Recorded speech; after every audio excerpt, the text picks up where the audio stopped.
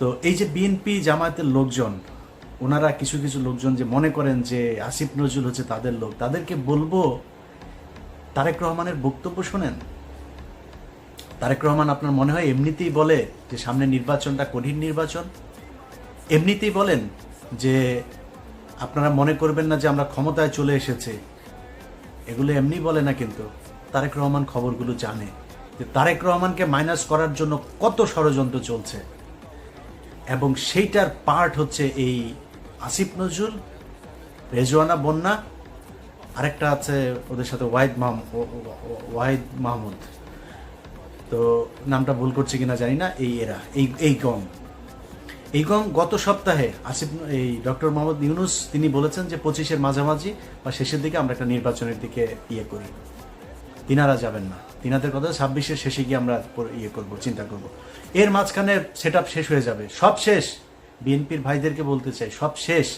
দুদকের একজন চেয়ারম্যান আপনাদের দলের ক্যান্ডিডেট ছিল, সে বিএনপি করে না, খুব সৎ মানুষ।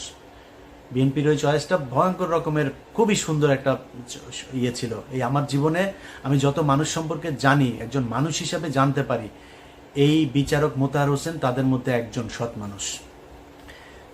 এই মানুষটাকে হইতে দেয় নাই আসিফ নজরুল, এই রেজওয়ানা বন্যা, ওয়াহিদ মাহমুদ, এরা হইতে দেয় নাই।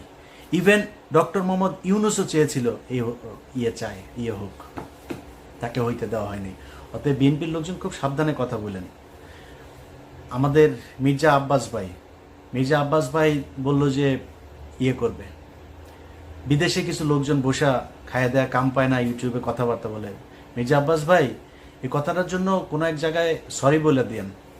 তার একদিন আগে সম্ভবত পিনাকিদা তার ব্যাপারে একটু কথা বলছিল, এই জন্য তিনি এটা বলে ফেলেন। 6 মাস হয় নাই ভাই, এখনো 6 মাস আগে আপনাদের পক্ষে কথা বলার মতো আমরা ছাড়া কেউ ছিল না। আবার পরের 6 মাস পরে না আবার সেরকম পরিস্থিতি আসে কিনা, ইউ নেভার নো। সো খুব সাবধানে একটু কথা বলতে হবে। হ্যাঁ, আমরা আপনাদেরকে যদি কোনো কথা বলে থাকি তাহলে সেটা মনে রাখবেন আপনাদের ভালোর জন্যই বলছি, এত মুখ পুষে ফেলা উচিত না। সো তারেক রহমান যে কথাগুলো বলছে, ভেতরে কি হচ্ছে, ঈদের পরেই এই সরকারের বিরুদ্ধে জামাত এবং বিএনপিকে মিলেমিশে আন্দোলন